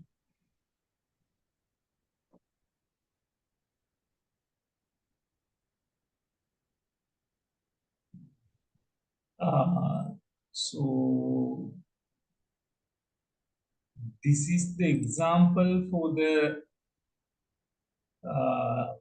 CSV formatted pay schedule, right? So you have to say the serial number, you have to say the name, then you have to say the designation, employment from to when, right? And the cash payment received, non-cash payment received, right? Total remuneration, total tax deduction. So this is total tax deduction and the employee NIC number, right? So those are very important, right? Once you completed this, right, what you have to do is you have to name this file. I'm not going to save it. You have to name this file using this particular format. The employer team, the tax type, then the schedule name, that means schedule 1 or 2 or 3, then the tax period, right? Then the date, and then the version, right? So after that, what you have to do is you have to validate this particular schedule with the tool. So I think you can remember where we can find out the tools. We have to move to the Inland Revenue web.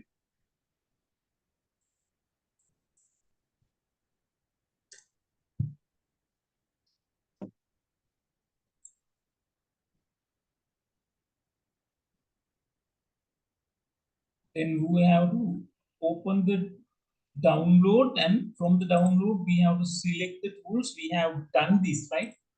Even during the last session we have done this. This is how run the tool, right? So here the schedule file verifier, download and run the schedule verifier tool to verify your schedules with SWET API. Right, here is the tool that we need, right? So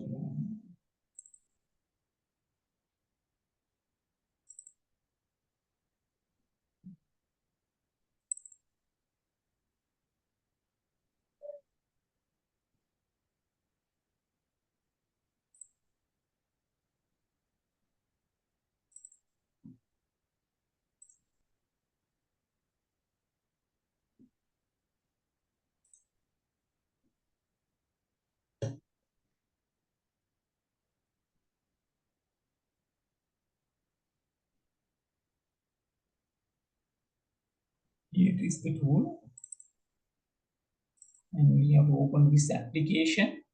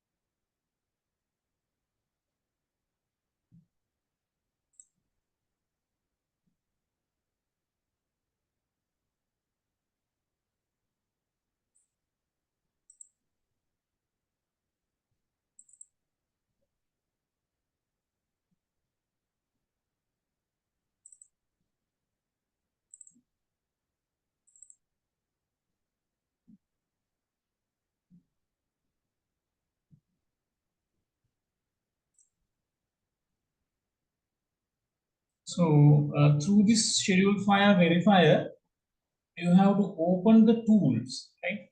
Again, as we discussed during the last session, from the set of tools, there will be a set of tools. From that set of tools, you have to select the correct tool for this withholding tax schedule 1 verification, right? So then you have to select the correct tool, and you have to run the schedule through this tool, right? In case any what you can say, some data or some point which is not compatible to allow the credit, right? Which is not compatible to allow the credit, will be highlighted by the tools. Tools will say this particular data not according to this particular data is not according to the given format, right? So that is why this tool is important. So once the schedule is passed by the tool, right, that means our schedule is compatible enough to match with the other details, right? So that is why that part is important. So once so the other thing you need to learn, right? If you do have less than 20 employees, instead of uploading this essay, right? Uploading this CSV document, you can enter the data through this online platform if you do have less than 20 employees, right?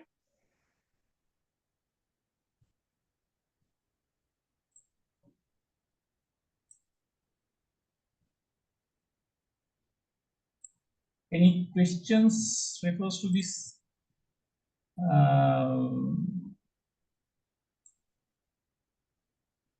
individual, sorry, withholding API to return filing?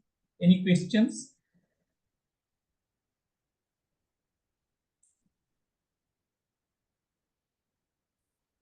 Right.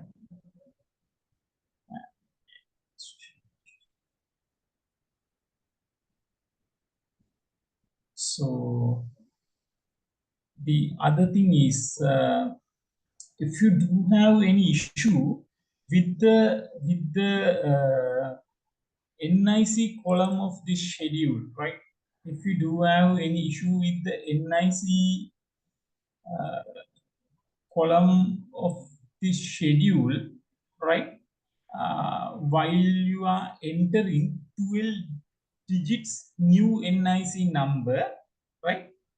If you do have any issue, make sure to convert or make sure to format this particular cages, right? Like this, right? You can format, right?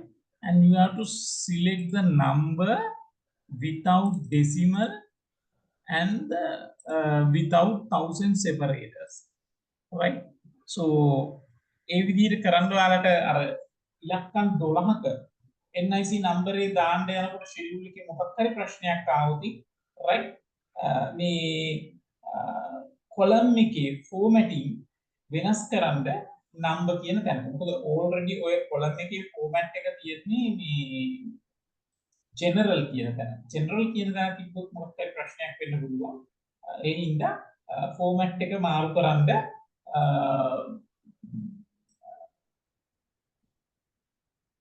format එක මාරු කරලා මේකට data enter කරන්න. right? මෙතෙන්දී ආයිත් මතක් කරන්න ඕනේ වැදගත්ම දේ තමයි මේ employee ගේ NIC number එක මූලික වශයෙන් NIC number එක හරහා තමයි link එක build up වෙන්නේ.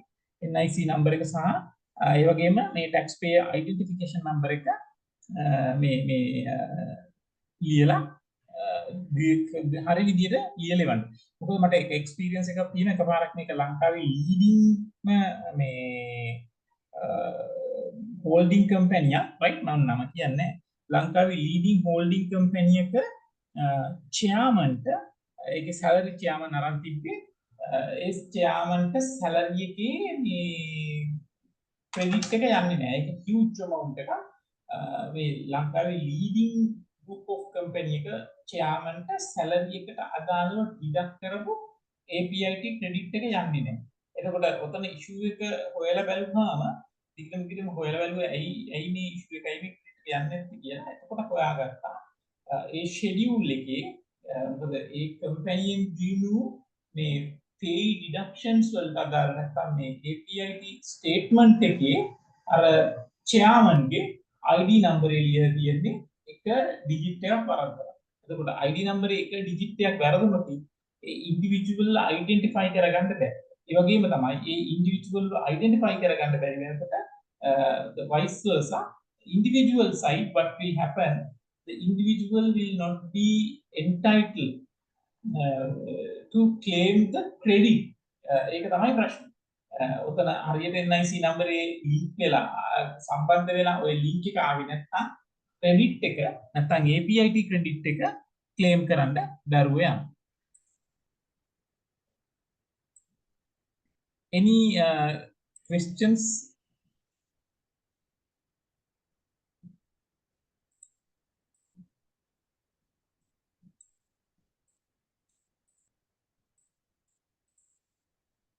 Any questions refers to this APIT statement file?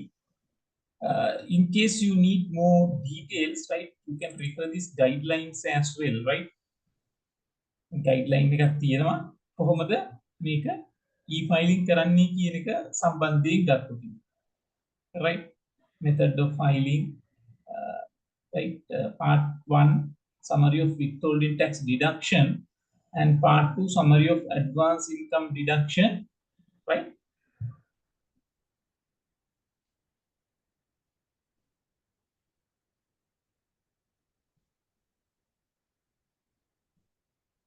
මෙතන ඇත්තටම දැන් ඔය කෙනෙකුට ප්‍රශ්නයක් වෙන්න පුළුවන් මේක we come to that when it comes to withholding schedule, right? So this is something different.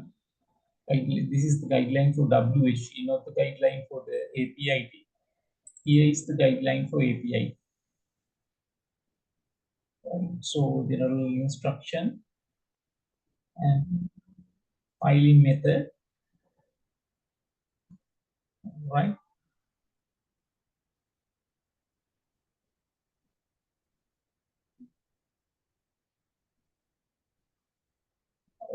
Part 1, number of employees, total gross remuneration, tax deduction. Part 2, exempt excluded remuneration, total gross remuneration, payment made, right? So this kind of details. Part 2, declaration, and then APIT schedules, right? So schedule 1 for the income which is liable for the APIT, and schedule 2 for the ones and for all payment related details, and schedule 3 the list of employees whose APIT have not been deducted due to being less than the threshold, right? So here it is, right? So you have to match those cages with the other relevant cages right here. So if you follow those instructions, right, it will not be a very difficult task to file the advanced personal income tax return and the schedules, right? It is not much complicated things, right? Once you practice this at least 1-2 times, right, from that point onwards, I think you can do this very effectively manner, because this is not that much of that this is not that much complex, right?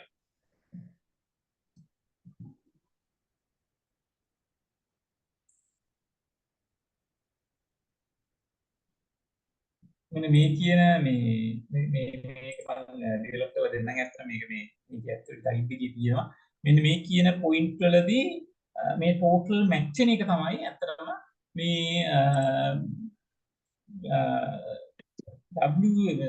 APID statement එකක් successfully process කරගන්න එක රඳා පවතින්නේ ඔය කියන කාරණා මත.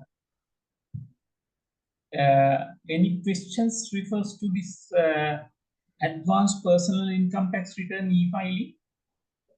ඒක සම්බන්ධයෙන් මොනවද තව වැඩි දුරටත් දැනගන්න නැත්නම් ගැටලුවක් විදියට තියෙන්නේ? එක ගැටලුවක් එන තැනක් තමයි මම අර කිව්වේ NIC නම්බර් එකේ ඩිජිට්ස් 12ක් ඇතුළත් කරන්න ගියාම ප්‍රශ්නයක් එනවා. ඒ වෙලාවට ඇත්තටම අර මම උදාහරණයකට ගන්න පුළුවන්, right? එතෙන්දී ඒ ඩිජිට්ස් 12ක් දාද්දි ප්‍රශ්නයක් එනවා නම් අපිට පුළුවන් ඒ කොලම් එකේ තියෙන සෙල් වල ෆෝමැට් එක මාරු කරන්න. සෙල් වල ෆෝමැට් එක මාරු කරලා මේ ප්‍රශ්නේ sort out කරගන්න පුළුවන්, right? So any questions?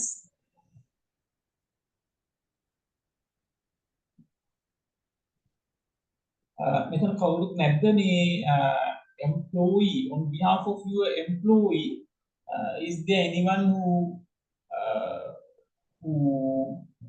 act as a APID preparer or approver, and or WHT preparer and approver? Is there anyone with the practical experience?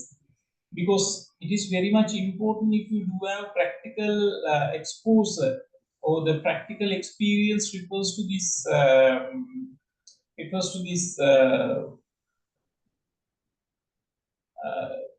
return filing, right? So if someone can share your experience, so all the others will be benefited from that kind of thing.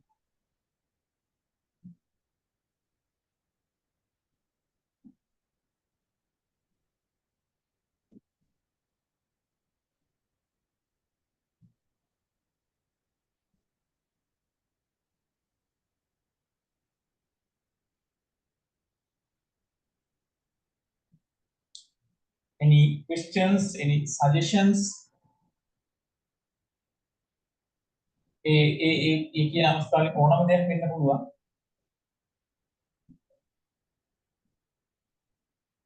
අපිට කියා දෙනවද ඩින් number එකකින් payment එකක් කරන්න හැටි? ඔව් විශේෂයෙන්ම මම දැන් DIN නම්බර් එකක් ගන්න විදිහ නම් මට දැන් මෙතන පෙන්නන්න පුළුවන්. හැබැයි පේමන්ට් එකක් කරන විදිහ කියන එක පෙන්නන්න පොඩි ගැටලුවක් තියෙනවා. මොකද අතර මගේ මේ අර ඒක යනතන පෙන්නන්න පුළුවන් මේ ප්‍රයිවට් බැංක් ඇප් එකකින් ගිහලා GovPay ගිහලා එතට යන්න දැනට වෙලා තියෙන්නේ මම කිව්වේ. බැංක් ඇප් එක බ්ලොක් වෙලා තියෙන්නේ මේ හින්දා මගේ බැංක් ඇප් එක ඔන් කරගන්න විදියක් නැහැ. හැබැයි මම පෙන්නන්න DIN එක ගන්න විදිය නම් DIN එක ලේසියෙන් ගන්න පුළුවන්. ඒක ගැටලුවක් නැහැ. ඉලරණු වෙබ් එකට යන්න ඕනේ. right ඒකේ e-service වලින් access to e-service ගියාම එතන තියෙනවා මෙන්න මේ payment voucher number කියලා option එකක් right payment voucher number ඒක click කළා මම මගේ නම්බරේ PIN number එක දෙනවා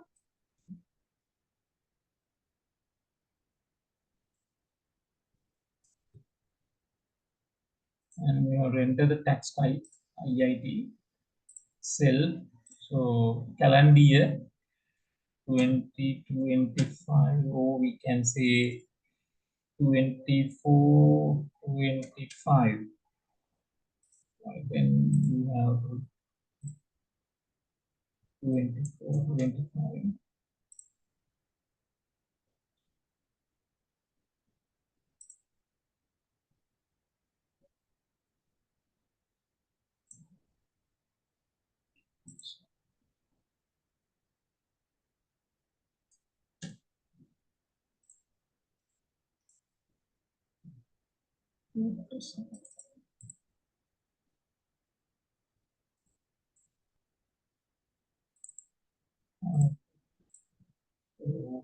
if this capture is not very much clear to you, what you can do is you can use this refresh options, right?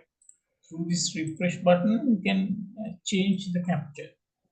So here, TGHBDG, and then you can search.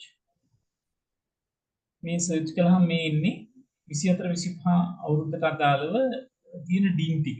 දැන් අර banking app එක හරහා payment එක කරන්න යද්දී specially සමහර bank වල අහන්නේ මම හිතන්නේ සම්පත් බැංක් වගේ මම හිතන්නේ අහන්නේ. හැබැයි කොමර්ෂල් බැංක් account එකකින් කොමර්ෂල් බැංක් ඇප් එකකින් එක පේ කරන්න යනවා DIN එක අහනවා. ඒතකොට DIN එක මෙතනින් access කරන්න පුළුවන්. මට අර මේ මගේ සම්පත් account එක තමයි online transaction සම්පත් account එක මේ PIN number එකකින් බ්ලොක් කරලා තියෙන නිසා මට මේක මෙතනින් පෙන්වන්න දෙන්නේ නැත්නම් අතන GovPay ගිහිල්ලා එතනින් මේ tax එක pay කරන්න පුළුවන්. Any other questions?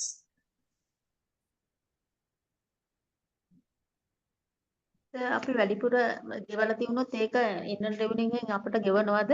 ඔව් වැඩිපුර ගෙවලා තිබ්බොත් ඇත්තටම මේ එතකොට රිෆන්ඩ් එකක් විදියට තමයි රිටර්න් එක සබ්මිට් වෙන්නේ. ඒ කියන්නේ outstanding balance එකක් නෙමෙයි තියෙන්නේ. tax credit එක tax liability වලට වඩා වැඩි නම් එතකොට refund balance එකක් තියෙන්නේ. refund balance එකක් කියන return එකක් බාර දීම තමයි refund request එකක් කළා වෙන්නේ. refund balance එකක් කියන return එකක් බාර දුන්නාම ඒක refund request එකක් කළා වෙනවා. එතකොට refund request එක tax pay කළා තියෙන අවස්ථාවක ඒක refund කරනවා. හැබැයි දැනට ඇත්තටම ප්‍රායෝගිකව තියෙන තත්ත්වය තමයි මේ refund ඇත්තටම දැනට මේ බල්ක් එකක් විදිහට ඉන්ලන්ඩ් රෙවෙනියු එක තාම ට්‍රිගර් කරන්නේ නැහැ. හැබැයි දැන් යම් කිසි කෙනෙක් දැනට උනත් දැන් රිෆන්ඩ් දීලා තියෙනවා පොගේ කාලේ නිකුත් කළා. ඇත්තටම ඔය කේසස් කීපයකට රිෆන්ඩ් දුන්නා. හැබැයි එතෙන්දී ඒ වේදී ඇත්තටම අර ඒක ට්‍රිගර් කළේ හැමතිස්සෙම ටැක්ස් පියම අහනවා මගේ රිෆන්ඩ් එක මොකද වෙන්නේ අරගෙන මේක කියලා. එතකොට එහෙම ට්‍රිගර් මොකද මේ දැනට ඩිසිෂන් එකක් අරගෙන රිෆන්ඩ් ඔක්කොම ප්‍රොසෙස් කරලා රිෆන්ඩ් ඩීල් ඉවර කරනවා ඉන්කම් ටැක්ස් මම කියන්නේ වැලියු ඇඩඩ් ටැක්ස් එක නෙමෙයි දැනට ඩිසිෂන් එකක් අරගෙන එහෙම IRD එක ට්‍රිගර් කරලා රිෆන්ඩ් එක ඉෂුව කරන තැන තාම ගියේ නැහැ. හැබැයි අනාගතයේදී එතනට යයි. එතකොට රිෆන්ඩ් එක ගන්න බැරි නෑ. හැමතිස්සෙම ඒක අපිට ඊළඟ අවුරුද්දට ගෙනියන්න පුළුවන් නේද? කොහොමත් unaudited excess payment එක අර schedule 9 වල තියෙනවා individual income tax වල සහ corporate income tax කියන දෙකේම ඔය කියන credit එක ඉල්ලන්න පුළුවන් කලින් අවුරුද්දේ unaudited කියන වචනේ තියෙනවා කලින් අවුරුද්දේ unaudited refund වලින් 60% ඊළඟ අවුරුද්දේ liability එකට against credit එකක් විදියට claim කරන්න පුළුවන් 60% කියන්නේ සර් ඉතුරු 40 60% කියන්නේ දැන් අර කලින් අවුරුද්දේ තිබ්බ refund amount එකෙන් 60%ක් අනිවාර්යයෙන්ම 50000 තිබ්බනම් 50000 වලින් 60%ක් කියන්නේ 30000ක් පුළුවන්. ඔව්. ඉතුරු ටික carry forward වෙනවා. ඒක ඇත්තටම එක්කෝ කියන්නේ ඉතුරු ටික carry forward වෙනවා. එහෙම නැත්නම් ඉතුරු ටික මේ එතනින් cash refund එකක් විදියට ඉල්ලන්න ඕනේ. හරි සර්. මොකද මේ ඇක්ට් එකේ ක්ලෝස් එකක් තියෙනවා ඔයාලා දන්න නැති මම හිතන්නේ රිෆන්ඩ් රික්වෙස්ට් එකක් කරලා දවස් 5ක් ඇතුළත IRD එකට රිෆන්ඩ් එක කරන්න බැරි වුණොත් ඒ පහුවෙන මාසයකට හෝ මාසෙකින් කොටසකට රයිට් රිෆන්ඩ් කරන්න ඕනේ amount එකට 0.5% interest එකක් ඇට් වෙනවා IRD එකේ interest එකක් ගෙවන්න ඕනේ tax payer එක රිෆන්ඩ් රික්වෙස්ට් එකක් කරලා within 60 days වලින් පස්සේ රිෆන්ඩ් එක රිලීස් කරන්න බැරි වුණා. ඒ හින්දා මේ ඉන්කම් ටැක්ස් රිෆන්ඩ් එක ගන්න බැරි දෙයක් නෙමෙයි අනිවාර්යයෙන් මේක දැන් හරි මලේසියෙන් ඔය ඊළඟ අවුරුද්දේ liability එක set off කරන්න පුළුවන්. හැබැයි එහෙම නැත්නම් ඒක මේ cash refund එකක් විදිහට ගන්න mechanism එක තියෙනවා.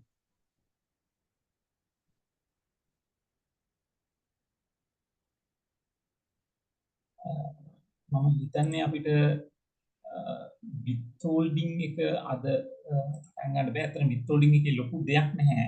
ඔය it very much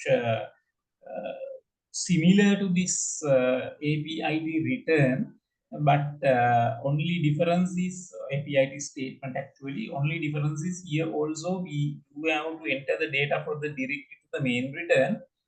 So there's nothing difference between the main, nothing something like main return and the schedules, right? So basically we can say data has to be entered to the main return, right? And thereafter we need to complete the relevant details. I mean, we need to complete the relevant schedules, right? So hope we can finish this withholding tax return filing on next week within half an hour period. Thereafter, we can move the targeted topic for that week. That means targeted topic for the week 6 is the VAT, right? So after having a few 30 minutes discussion on this WHT return e-filing, thereafter we can move to the value-added tax return. So what type of data we need to enter and how to calculate, so kind of thing we can discuss on next session, right? And any questions or any things you need to add?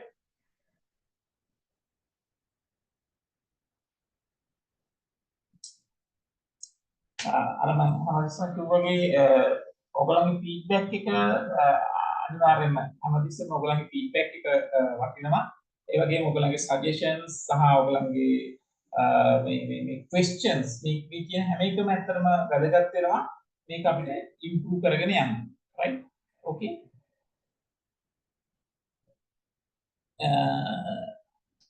සමහර විට මෙහෙම වෙන්න පුළුවන් මේ කියන return නැත්නම් මේ කියන tax type may not be very much familiar to you all, right?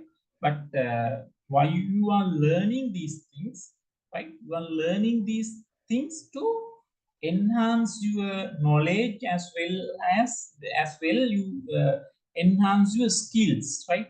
So I think most of you know. So what do you need to develop? You need to develop your capacity. So what are the components of capacity, right? Capacity includes knowledge, capacity include skills, and capacity include attitudes, right? So maybe even you can change the attitudes refers to the RAMIS through this kind of participation, and hope you learn something. That means you have increased your knowledge, you have obtained some experience, right? While doing practical kind of thing, you can have some practical experience as well, right? So ultimately, what you can do is through this kind of thing, you can increase your capabilities and increase your capacity, right? So that is the main objective of this course, right? Therefore, even though this APIT withholding or whatever the return is not very much relevant to you, right? But focus on it, because at the end of the day, it will make you more compatible, right? That means at the end of the day, it will make you more talented, right?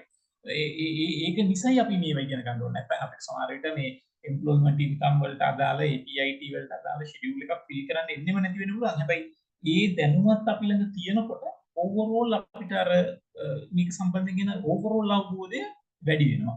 ඒකයි මේක අදාළ වෙන්නේ. So now seems to be you do not have any questions refers to this area, but just try, right? So at least if you can have 2-3 questions, it is very much important to us, right? Therefore, just try to find out some more details refers to this WHT return e-filing. Even you can ask this experience from your colleagues or from your friends in office and kind of thing, right? So we'll come to the next week with that practical experience, and hopefully we can complete the WHT on next week, and we can start the RAD, right? So there will be another extra sessions, right? I will discuss with the corporate campus. So originally this has been designed for the 6 lectures, right? But since we have discussed some returns in detail, therefore we might need some extra session. That means session 7, 7 sessions as well. We'll discuss that with the corporate campus, right? And okay, so then I will stop for the day, and thank you very much for the participation. Hope we can have another good session on coming Sunday. Thank you.